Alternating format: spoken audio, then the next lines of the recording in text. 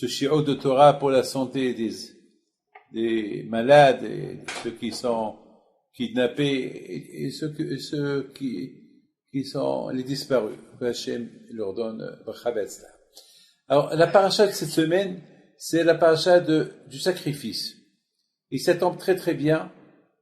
Les parents qui sacrifient leur fils, les parents qui envoient à leur enfant, les femmes qui envoient à leur mari. Et vous savez, je suis bien placé pour entendre du matin au soir les mamans, les femmes qui demandent des brachot pour leurs enfants, pour leurs frères, etc. Et je vous donne la parole d'honneur, j'ai pas encore rencontré une personne qui n'est pas contente d'aller faire cette guerre. On sent tous, avec tout ce qu'on a vu, on sent que c'est une guerre mitzvah. On sent que ça suffit, c'est la vie, notre vie elle est en jeu, il faut faire quelque chose. Alors, avec les deux Akadosh Baruch Hu, on voit que cette semaine, mamash, la paracha de cette semaine, c'est la paracha du sacrifice. Et donc, on se pose une question. La question qu'on se pose, pourquoi Abraham Abinu, lorsque Hachem lui a dit, 2 fois Hachem lui a dit Lech Lecha, 2 fois.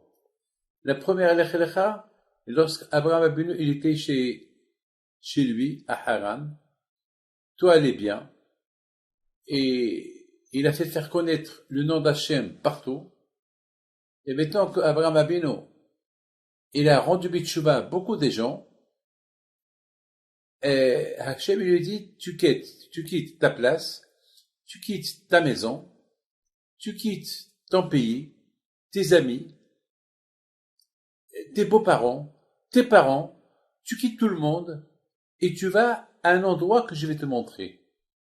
La question se pose, c'est que, en général, c'est pas possible d'aller quelque part sans savoir où je vais. Vous imaginez même si j'ai des élèves qui m'adorent, qui m'aiment, si je leur dis, je vais quitter ma maison, je vais quitter ma ville, mon pays, venez avec moi. Même s'ils sont attachés à moi, ils vont me dire, allez où? Allez où? Je vais leur dire, je ne sais pas. Ils vont prendre pour un fou. Ils vont pas m'écouter. Alors la question se pose, comment Abraham Abinu, il a accepté cette demande d'Hachem? En plus, il n'a même pas demandé à Hachem, mais dis-moi où tu veux que j'aille. Je t'écoute. Et Hachem lui dit, Asher Aeka, là où je vais te montrer.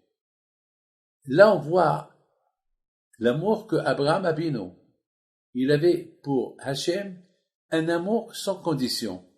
Un amour, en général, tout le monde pose des questions. Tout le monde dit pourquoi et pourquoi. Tout le monde veut savoir. En général, toujours, les gens, ils veulent des raisons pour les choses qu'on leur demande.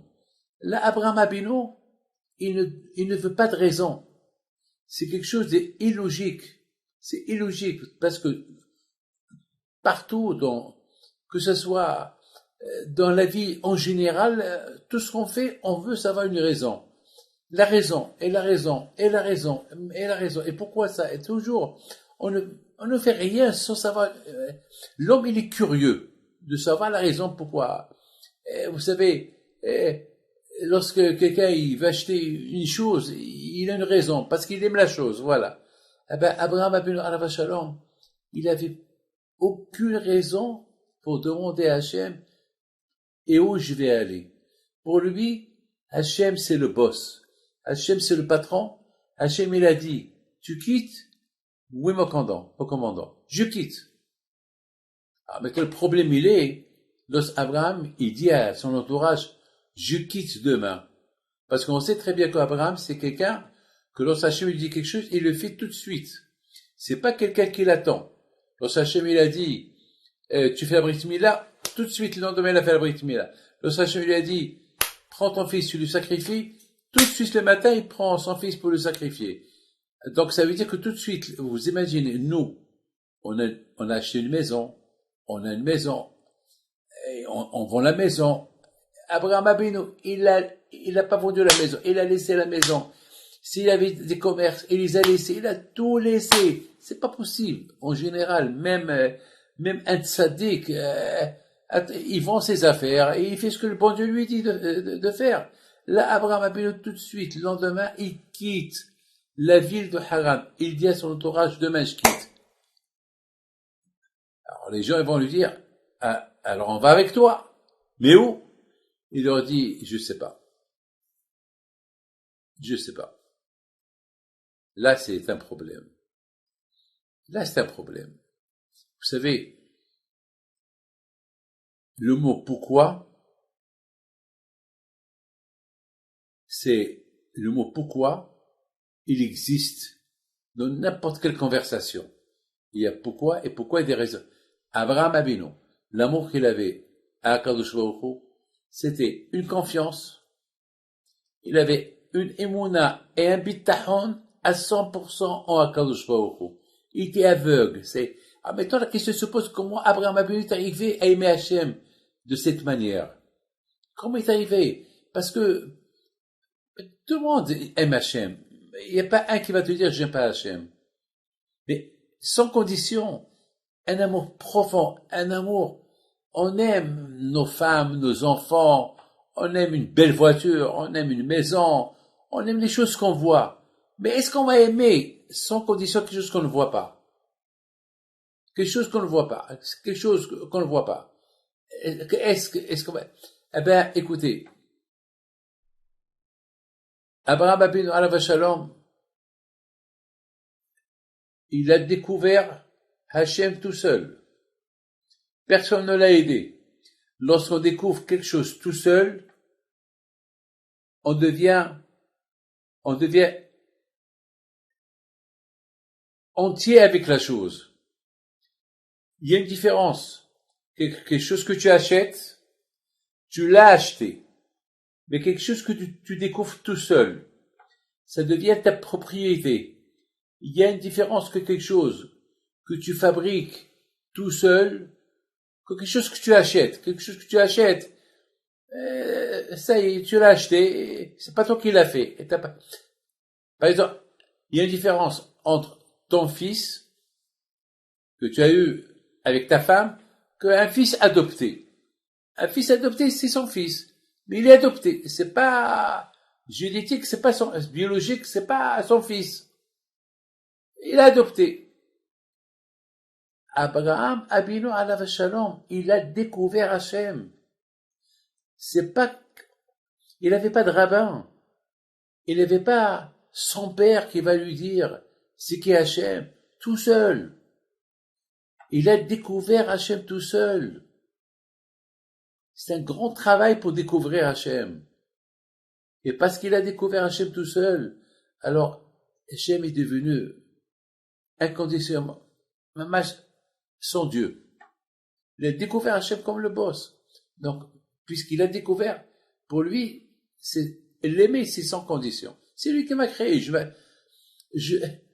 lui appartiens. On dit à Rosh Hashanah, Haneshamalach ve'aguf paola. L'âme que j'ai, elle fait partie de toi, elle n'est pas à moi. Et Agouf, et mon corps, c'est toi qui l'as fait. Donc, moi, je suis rien du tout. Mais le problème, il faut que nous, on arrive à comprendre ça. Il faut que nous, on arrive à comprendre que que ma vie, mon âme, mon corps, mon nefesh, mon rouah, tout ce que j'ai, tous les parts que j'ai, qui me font faire vivre, c'est pas à moi, je les ai pas achetés. Ça appartient à Hachem, c'est lui qui les a donnés. Vous savez,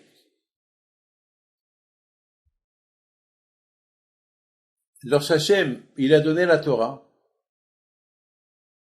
il a donné la Torah avec du bruit, avec le chauffard, avec le feu, la terre qui a tremblé, la montagne qui s'est détachée. C'était une peur. C'est écrit dans la Torah que les Juifs, ils avaient peur. Alors moi, je me suis posé une question. En général, lorsqu'on donne un cadeau, et on dit que la Torah, c'est un cadeau. En général, lorsqu'on donne un cadeau à une autre femme, on va pas apporter le cadeau avec un revolver. On va dire, alors, Voilà, prends-le, je te tue. Non, le contraire. On apporte un cadeau avec un sourire, avec les deux sont contents du cadeau. Là, a priori, on voit qu'il y a un problème. Là, Hachem est en train de donner un cadeau avec la peur. C'est un peu bizarre. Il y a la peur ici. Et c'est écrit, Vekol ha-shofar holech vechazik meod. Il y avait le son du chauffard. Un chauffard faisait peur. J'ai pas compris pourquoi Hachem il donne ce cadeau avec la peur. Pourquoi? Ça, c'est une question que je me suis posée. Eh ben, justement, mes amis, la Torah, c'est un cadeau. Akadosh Baruch Hu, il a donné ce cadeau avec un message. Pour être juif, il y a, comme il dit Rabbi Shimon bar Yochai, la Torah, on acquiert la Torah avec souffrance. La Torah, l'église B'Yisurim. On peut tout avoir gratuit. La Torah, il faut l'effort avec. Il faut l'effort. Avec la Torah, il faut l'effort. C'est dur de se lever le matin. C'est dur de respecter mikvé, nida. C'est dur le Shabbat. C'est dur, tout est dur. Les mitzvot, ils sont pas faciles à faire. Ils sont durs à faire. Mais, justement, ils sont durs au départ, mais après, ils sont super. C'est comme un médicament. Un médicament, c'est comme par exemple, il y avait, une fois j'ai vu dans un livre, il y avait un monsieur, il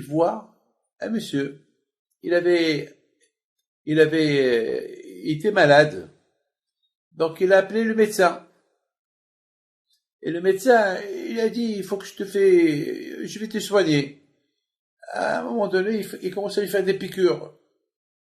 Et il avait mal. Il dit, mais tu fais mal. Je sais, je te fais mal, mais c'est avec le mal que je te soigne. Et après, il a vu qu'il avait quelques boutons sur ses mains. Il se lève, il faut que je les enlève. Il a commencé à le couper. Il criait. Mais attends, je t'ai appelé pour me guérir, tu me fais mal. Il dit, je sais, mais pour te guérir, il faut que je te fais mal. Là aussi, je pense. La Torah, pour qu'on apprécie la Torah, il faut avoir un bobo. Il faut un peu de souffrance. Il y a un prix à payer pour être juif.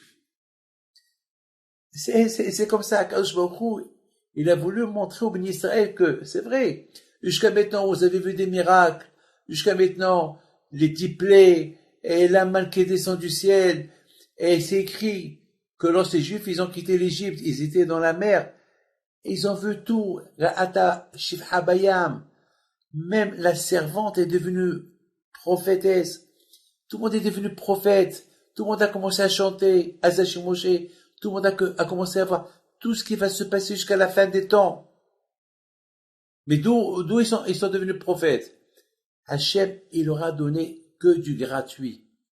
En 49 jours, ils étaient à 49 degrés d'impureté. Ils sont devenus purs. Ils sont devenus comme des malachim, tout gratuit. Alors quand il a voulu leur dire, basta, stop. Jusqu'à maintenant, je vous ai donné du gratuit. Jusqu'à maintenant, je vous ai donné que du gratuit. Vous êtes devenus comme Rabbi Shimon bar Yochai tous. Vous savez c'est quoi pour être comme Rabbi Shimon bar Yochai? C'est un travail à faire, hein. Pour être Rabbi Meir bar Hananes, c'est un travail. Vous croyez que c'est facile d'être Rabbi Chaim Pinto? Vous croyez que c'est facile d'être Rabbi Chaim Taib Lomet? Vous croyez que c'est facile d'être Abraham Abinu? Vous savez c'est facile de parler avec le bon Dieu? Et là, les Bnei Israël, ils voient tout. Mais attends, sans se préparer, sans yeshiva, ils étaient hier esclaves, aujourd'hui ils sont devenus prophètes. C'est quoi ça? Pourquoi que Rabbi Chaim Pinto est devenu ce qu'il était comme ça, tchic-tchac? Il a travaillé. Il faisait attention à sa bouche, à ses yeux, à ses oreilles. Et il peut devenir Rabbi Chaim Pinto comme ça. Alors, les Bnei Israël, ils étaient gâtés avec tous les cadeaux sur cadeaux. Cadeau sur cadeau. Ils ont vu l'ange qui protège l'Égypte, ils l'ont vu. Le malach qui protège l'Égypte, ils l'ont vu vivant et ils l'ont vu mort. Alors, là, quand je leur ai dit, tout ça, je vous ai choisi parmi toutes les nations, et je vous ai montré, je vous ai tous rendus, comme Moshe Rabbeinu, comme c'est écrit, Azaché Moshe, Obni Israël. Moshe Rabbeinu a commencé à chanter, et tout le monde l'a suivi. Attends, est-ce que Moshe Rabbeinu, il a préparé avec eux ce chant-là? Non. C'est que Moshe Rabbeinu était un prophète, et Moshe Rabbeinu a commencé à chanter, et Hachem il a donné à tout Bni Israël qui devient comme Moshe Rabbeinu. Tout le monde est devenu comme Moshe Rabbeinu. Du coup, tout le monde est devenu Moshe Rabbeinu. À gauche, je leur dis, la vie n'est pas facile. Tout ça, c'est pour la Torah. Là, quand je ferai la commencé, alors, elle est frappée. La peur. Il y a nous, ils ont commencé à bouger, ils ont eu peur. Alors, ils ont dit à Moshe, Daber Ataimanu, Moshe, je t'en prie. Jusqu'à maintenant, on était gâtés, on est arrivé à un niveau de sainteté très élevé. On peut pas, mon cher Rabbeinu. On peut pas, on n'a pas. C'est là, mes amis, écoutez bien. C'est là que le peuple juif, il a remarqué, il a réalisé qu'ils sont nuls, qu'ils ne méritent pas tout ce qu'ils ont mérité jusqu'à maintenant. Ils ont commencé à avoir peur maintenant. Ils ont commencé à reculer. Ils se disent, Moshe, je t'en prie, parle-nous toi. On peut pas continuer à écouter Hachem. Parce que pour écouter Hachem, il faut être. Vous savez qu'est-ce que j'ai vu dans le Midrash qui dit? Que chaque fois que Hachem il parlait avec Abraham Abinu, il tombait. Il pouvait pas supporter la Shekhinah d'Hachem. Il pouvait pas, c'était dur pour lui de supporter. Même mon cher Abinu, c'est écrit, il fermait ses yeux. Et là, l'Ibn Israël, ils ont vu les voix d'Hachem. Attends, où on est là? Alors, quand je leur ai dit, basta. Voilà, je vous ai donné à goûter, c'est quoi être Rabbi Shimon Bar Yochai, Rabbi Meir Baal HaNes. C'est quoi être un grand tzaddik? Maintenant, à partir de maintenant, c'est à vous. Mes amis, quelque temps plus tard, Moshe Rabbeinu il descend. Écoutez bien ça. Moshe Rabbeinu il descend de Har Sinaï avec les tables de la loi. Il voit qu'ils ont fait le veau d'or. Qu'est-ce qu'il fait Moshe Rabbeinu? Il casse, c'est comment ça s'appelle les tables de la loi. Le jour du Simchat Torah. Le jour de Simchat Torah. Chaque année, à Simchat Torah, comment on fait Simchat Torah? On lit la paracha de la mort de Moshe Rabbeinu. Moi, chaque année, j'ai de la peine. Chaque année, j'ai envie de pleurer, mais je pleure pas, parce que c'est Simchat Torah. Ça fait de la peine de lire la mort de Moshe Rabbeinu. Ça fait de la peine. Quand même, Moshe Rabbeinu, on peut pas l'imaginer mort. On vit avec lui. On peut pas l'imaginer mort. Alors, ça fait de la peine. Comment, à Simchat Torah, on parle de la mort de Moshe Rabbeinu. Mais la Torah, elle continue. Écoutez très bien. Écoutez bien.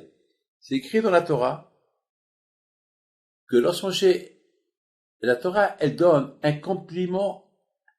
La Torah, elle résume toute la vie de Moshe Rabbeinu en une phrase. Et ce que Moshe il a fait devant les bénis d'Israël, lorsqu'il a pris les tables de la loi, il les a cassées. Et Hachem lui a dit, Kol hakavod, t'as bien fait. Alors moi, je me suis posé une question. Pourquoi la Torah termine avec cette phrase-là? La contraire, la Torah devait terminer en beauté. Que la Torah termine avec la sortie de l'Égypte, la manne qui était grâce à Moshe Rabbeinu, que Moshe Rabbeinu, il était l'intermédiaire entre Am Israël et Akadosh Baruch Hu. Mais la Torah, elle termine la Torah avec cette phrase. Et ce que Moshe, il a fait de voler l'Israël en cassant les tables de la loi, j'ai pas compris. J'ai pas compris pourquoi la Torah, elle termine comme ça, à Simchat Torah. Pourquoi? Et Hachem lui dit, chapeau. Hachem lui dit, Kol hakavod, t'as bien fait. Moi, je trouve que je trouve pas sympa que la Torah termine avec cette histoire-là que Moshe Rabbeinu, il a cassé les tables de la loi devant Am Israël. J'ai réfléchi, Baruch Hashem, la Torah, elle est belle. Vous savez, chacun, il a son métier. Il y a le business, il y a ce qu'on appelle le business de la Torah. Vous savez que la Torah, on l'appelle business? La Torah, on l'appelle Esek. Business, c'est Esek. La première question qu'on pose à la personne, après 120 ans dans l'autre monde, on lui dit, Ha'im asakta batorah. Est-ce que tu as fait le business de la Torah? Parce que vivre le judaïsme, c'est du business. C'est la halachot, c'est des lois. C'est des lois, c'est comme dans le business. Tu achètes, tu vends.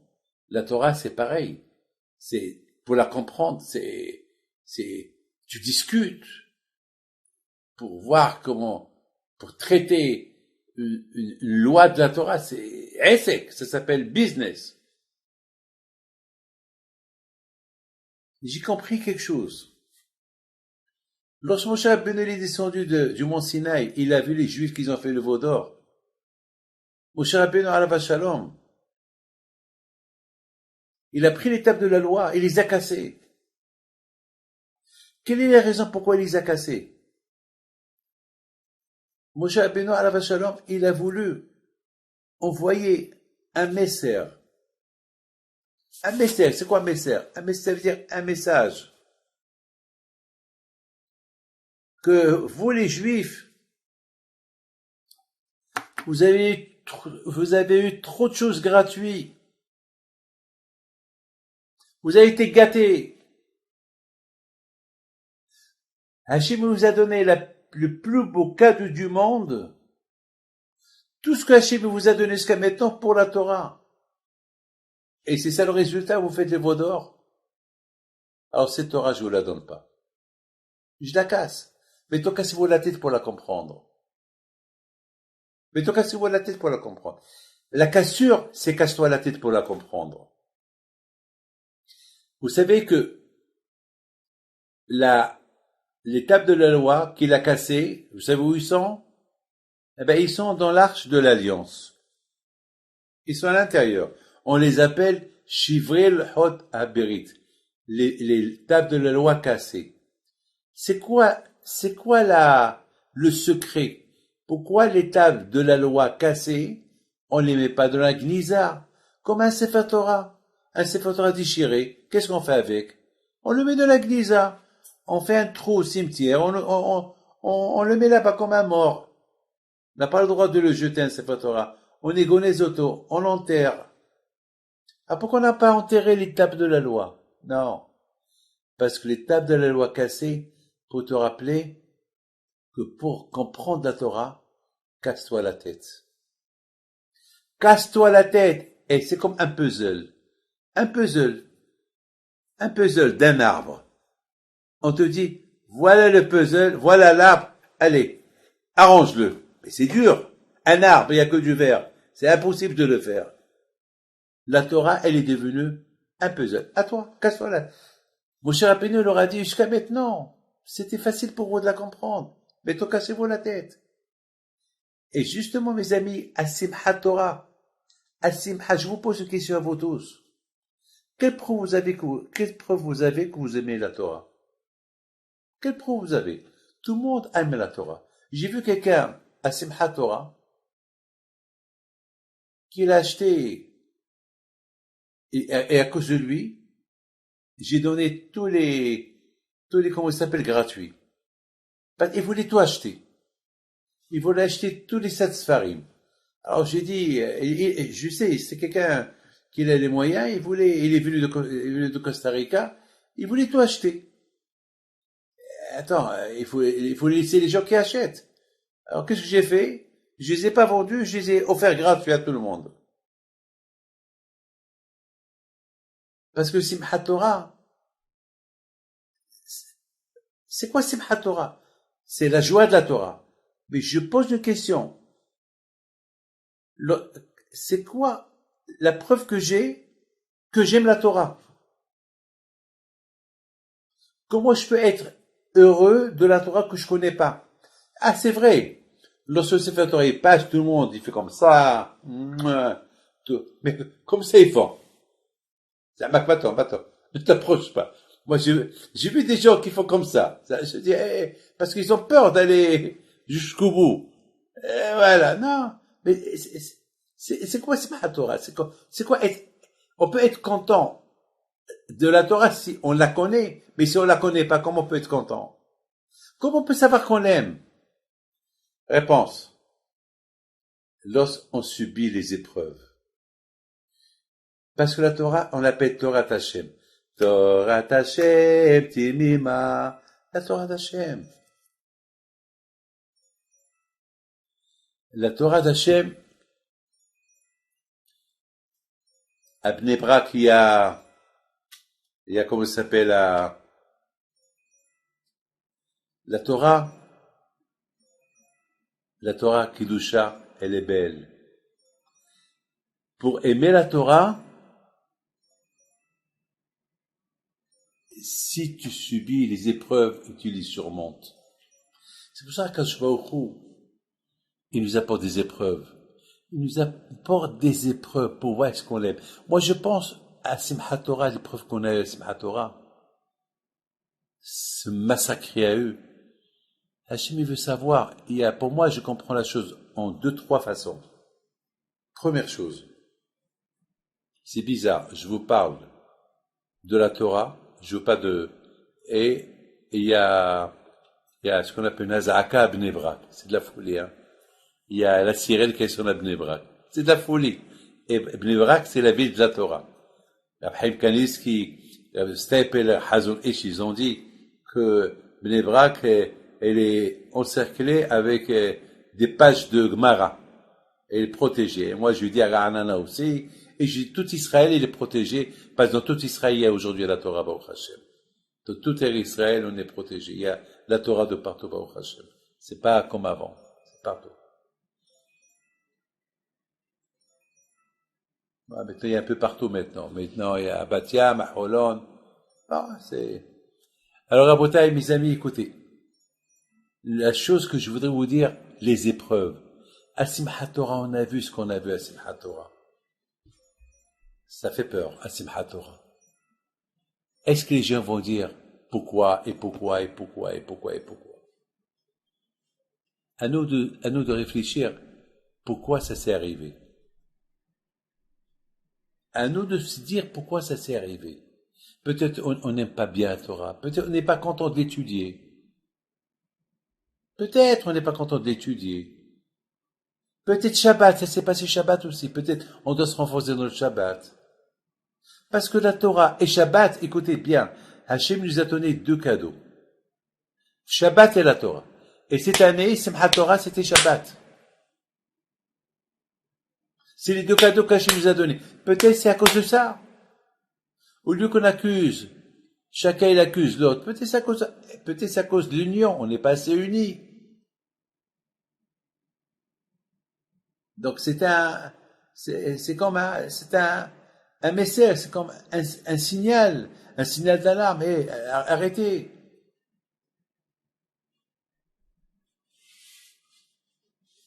Aujourd'hui, grâce à Dieu, il y a tout pour respecter Torah et Mitzvot. Je vous donne la parole d'honneur.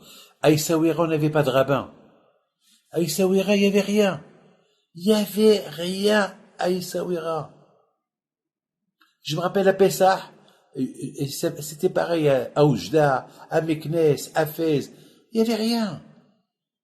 À Pessah, on n'avait que la pomme de terre, des œufs et un peu des... Il n'y avait rien. Aujourd'hui, il y a le Shefa.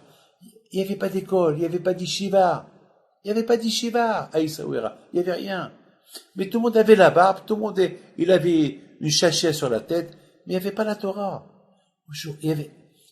Il y avait 22 000 juifs à Essaouira, il y avait 2 mikvés. Ma mère, elle m'a dit qu'il y avait une queue pour le mikvé. Et le mikvé, ils étaient petits. Aujourd'hui, il y a les écoles juives. Moi, mon père me prenait un rabbin qui s'appelle Rabbi Mordechai Ben Shabbat pour étudier avec moi. C'était du privé. Moi, Rabbi Haïm, mon frère, c'était du privé. Il n'y avait rien. En Algérie, c'est pareil. En Tunisie, c'est pareil. Il y avait quelques villes, Marrakech, Meknès, où il y avait une petite yeshiva, c'est tout. Il n'y avait rien. Aujourd'hui, grâce à Dieu, il y a beaucoup de Torah. Il y a des yeshivot. Il y a tout. Il y a tout aujourd'hui. Il y a les écoles juives, il y a des mikvot. Il y a un mikvé 5 étoiles, mikvé aujourd'hui. Il y a un beau mikvé qu'on a construit ici à Anana. Il nous a coûté 4 millions de shekels. Une beauté de mikvé. On a même construit un ascenseur dans l'intérieur du mikvé pour 2 femmes handicapées qui y a à Anana. 2 femmes handicapées. L'ascenseur pour eux. On a le Shefa. On a la Torah sur un plateau aujourd'hui. On a la Torah sur un plateau. Il y a Dafayomi, il y a le Kashrut, il y a le manger, il y a les Shivot, il y a le Kol, il y a tout. On est gâtés. Alors c'est grave si avec tout ce qu'on a, on l'étudie pas. C'est grave avec tout ce qu'on a, on la met de côté, c'est grave. C'est grave. C'est grave.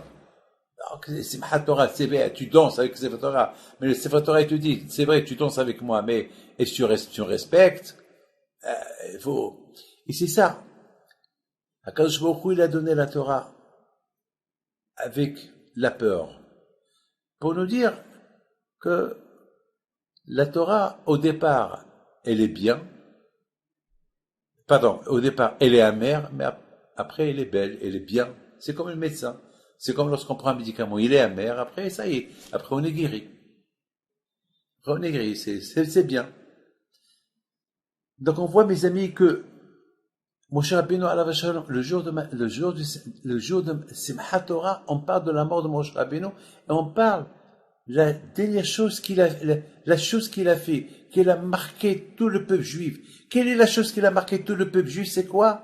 Lorsqu'il a cassé l'étape de la loi. Et alors, pourquoi la Torah est terminée avec ça? Pour nous dire que la Torah, pour bien la comprendre, casse-toi la tête avec. Casse-toi la tête.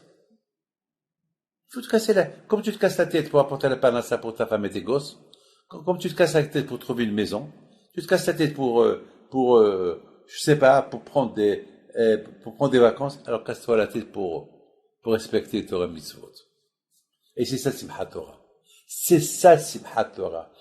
Lorsque tu prends cette décision de te casser la tête pour la Torah, alors tu peux vraiment ta joie, c'est une joie. Ça c'est la Simcha. Et c'est ça le but de la Torah. Et c'est ça le message qu'on a eu. Mais toi, je termine. Je vous raconte une belle histoire que vous allez l'écouter bientôt. Une super histoire. Ça s'est passé hier. Hier, je recevais les gens à Natania. Il y a une femme religieuse. Elle me dit, Rabbi David, c'est moi la mère de Nathan. Nathan, je lui dis Nathan qui? Nathan, c'est le garçon qui est rentré le 7 octobre à Kerem Shalom pour libérer le village des Mehablim. Et les Mehablim ont jeté sur le groupe, une grenade, et lui, il a pris la grenade, elle a explosé sur lui, il est mort. Ça a pris 3 jours pour ramasser parce que son corps, il est parti déchiqueté de partout. C'est moi sa mère. Je vous donne la parole d'honneur, je ne savais pas quoi lui dire. Je lui dis, cette femme-là, qu'est-ce que je vais lui dire? Comment je vais la consoler? J'ai pas de parole à lui dire. Je la regarde. Elle me dit, vous vous rappelez de moi? Je lui dis, non madame, je ne me rappelle pas de vous. Non, je ne me rappelle pas de vous. Elle me dit, il y a 22 ans, on est venu chez vous, à Paris, à la rue du Plateau, pour vous demander une bracha pour le mariage avec mon mari. Et vous nous avez poussé de se marier vite.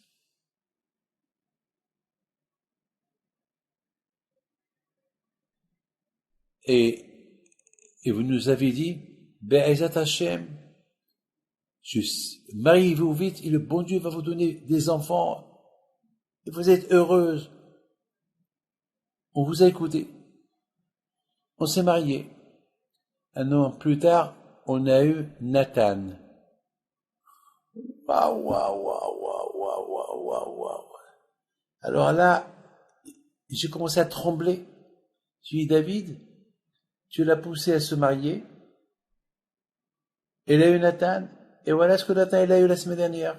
Il y a 2 semaines, le pauvre. Et elle, maintenant, elle est en face de toi. Qu'est-ce que tu vas lui dire? Et j'étais un peu comme ça. Mes mains étaient attachées. Je savais pas quoi lui dire. Je dis, Hachem, viens à mon aide, aide-moi. Qu'est-ce que je vais lui dire? Peut-être elle m'en veut. Pourquoi je l'ai poussé à se marier? Peut-être c'est mieux qu'elle se marie pas et qu'elle n'a pas son Nathan. Pour qu'il meure comme ça, de cette manière. Elle continue. Et dit, bon Hachem, mon fils était sadique. Pendant des années, il va à la yeshiva, il étudie, il vient me raconter ce qu'il a étudié. Et j'ai commencé à remercier Hachem qui m'a donné un garçon comme ça, qui aime Israël, qui aime la Torah. Et j'étais heureux, j'étais contente. Et maintenant que le bon Dieu me l'a pris, alors j'accepte. C'est ça, mes amis, les épreuves qu'il a eues Abraham Abinu. Je lui dis, madame, mais toi je comprends. Pourquoi la Torah, elle nous a écrit l'épreuve d'Abraham Abinu qu'il a eue? Lorsqu'Hachem lui a dit, prends ton fils, sacrifie-le. Je me suis posé une question. Mais Hachem, il sait qu'Abraham, il va le faire. Alors pourquoi tu le fais souffrir? Si par exemple, moi je sais que vous, ce que je vous demande, vous allez me dire oui. Pourquoi je vais dire, pourquoi je vous laisse? Ça y est, je sais. Pourquoi je vais vous tester? Par exemple, je vais vous tester pour voir si je vous demande quelque chose. Si je sais que vous allez le faire, pourquoi je vous teste? C'est pas que je vous teste. Je sais que vous allez le faire. Pourquoi Hachem il teste Abraham? Hachem il sait qu'Abraham Abinu, il fera tout ce qu'il va lui demander, comme je vous ai dit tout à l'heure. Ah, pourquoi il le testait? Vous savez pourquoi il le teste? Pour cette femme. Pour que cette femme-là, elle lit dans la Torah ce qu'Abraham il a fait pour Hachem. Parce que si on dit, si simplement on dit que Hachem, que nous on sait que Hachem il sait que tout ce qu'il va demander à Abraham il va le faire, c'est avec une imagination, c'est pas, la Torah, elle nous écrit quelque chose de concret. Et la chose de concret c'est que Hachem il a testé Abraham, et Abraham, il a résisté. Ça veut dire que moi, David Pito, j'apprends, si Hachem il me teste, comme Abraham, je suis obligé d'accepter le test. Et c'est ça le prix du juif. Et c'est ça Na'aseh Vinishma. Cette femme-là, qui lui a donné la force? Écoutez bien, je vous en prie, écoutez ce que je vais vous dire. Et que le bon Dieu vous protège. Qui a donné la force à cette femme pour supporter ce test-là?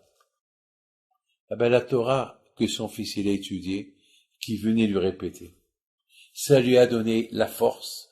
C'est la Torah qui nous aide à surmonter nos épreuves. Sans Torah, on peut pas surmonter les épreuves. Impossible. J'étais voir une femme qui a perdu sa fille, qu'ils ont brûlé sa fille. C'était dur, hein, de discuter avec elle. Elle était loin de la Torah. Très, très dur.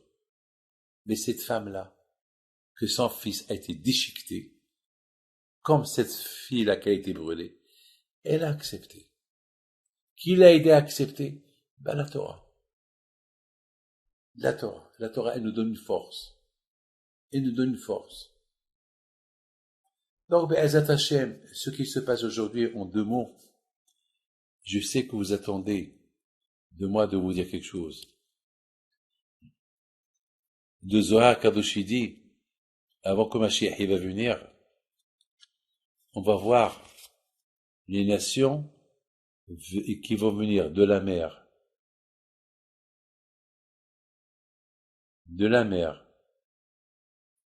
autour d'Israël. Aujourd'hui, il y a 11 nations. Il y a aujourd'hui près de 60 bateaux de guerre en ce moment que je vous parle. Et les Chinois, ils sont venus. Et les Américains avec leurs porte-avions. Et les sous-marins français. Et l'Angleterre. Et l'Australie. Et la Russie. Et la Corée. Et le Japon. Et l'Allemagne, elle a envoyé. Et l'Europe. Qu'est-ce qui se passe? C'est ce qui va se passer avant que Mashiach va venir. Et qui va être le maître de tout ce qu'on est en train de voir? L'Iran. Paras, l'Iran. Ça, c'est ce qu'on voit aujourd'hui. Mais le Zohar termine. Il dit, Biyad Israël à la Eliona. Et Am Israël va réussir, il va gagner. Maintenant, est-ce que c'est Mashiach? Peut-être non. Mais c'est comme ça que ça va venir. Peut-être le bon Dieu, il est en train de nous préparer pour la vraie venue de Mashiach. Pas ça ce qui va se passer. Ce qu'on est en train de voir maintenant, ça va se passer comme ça, mais d'une manière un peu plus. Il n'y aura plus d'aller-retour. Il n'y aura plus des gens qui vont venir, plus personne qui va sortir ici. Ou il y aura des gens qui vont venir ici pour échapper du monde. Il y a des gens d'ici qui vont se sauver ailleurs pour s'échapper de ce qui se passe ici. Ça va se passer comme ça. Et ça, c'est ce qu'on est en train de voir aujourd'hui. Vous savez combien de téléphones je reçois? Des gens qui cherchent à venir et des gens qui cherchent à quitter. C'est de la folie. C'est de la rigolade. C'est de la rigolade. Je rigole tout seul. Mais moi, Hachem Bémet, j'ai pas peur. J'ai l'émouna à Kadosh Baruch Hu. J'ai l'émouna. Ce qui s'est passé à Simchat Torah, ça m'a donné de la force pour croire que je reprends en Dieu. Encore. Vous savez, pour moi, c'est quoi? Lorsque j'entends la zaka, lorsque j'entends la sirène, eh ben, je vous apprends quelque chose. On dit, il faut toujours dire, je suis prêt à donner ma vie pour Hachem. Eh ben, je pense que lorsqu'on court pour aller à la sirène, c'est le moment de dire, eh ben, parce que lorsqu'on court, parce qu'on a peur que le missile tombe sur nous. On a peur de mourir. Mais le fait qu'on court, il y a la peur. Eh ben, à ce moment-là, il faut dire, Hachem, tu vois, je cours parce qu'on veut me tuer. Et pourquoi on veut me tuer? Parce que je suis juif. Mais je t'aime. C'est considéré comme si j'ai donné ma vie pour Akadosh Baruch Hu. On peut donner notre vie pour Akadosh Baruch Hu sans mourir. Vous avez compris?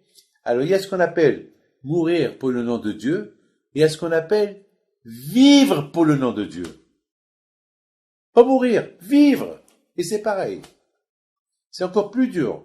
Parce que mourir, tu meurs, ça y est, mais vivre pour le nom de Dieu, c'est encore plus dur. Donc, lorsque je cours, vous savez, hier par exemple, mais aujourd'hui, un mois, je voulais pas courir, je voulais pas descendre à la cave. Je voulais pas. Après, j'ai dit non. Hachem va me dire, tu commets un suicide là. Cours. Comme tout le monde. Mais je commençais à penser. Je dis, mais pourquoi je cours? Parce que on veut me tuer. Pourquoi on veut me tuer? Parce que je suis juif. Alors quand je vois là, et Hachem me considère comme si on est mort pour Akadosh Baruch Hu. La semaine dernière, j'allais au Shalaim, chez vous, jeudi soir dernier, et on voyait des missiles en face de nous. On les voyait. On était obligé de s'arrêter en pleine autoroute. Et on est sorti de la voiture. Et j'ai commencé à réfléchir. Je dis, attends, mais si quelque chose tombe sur moi,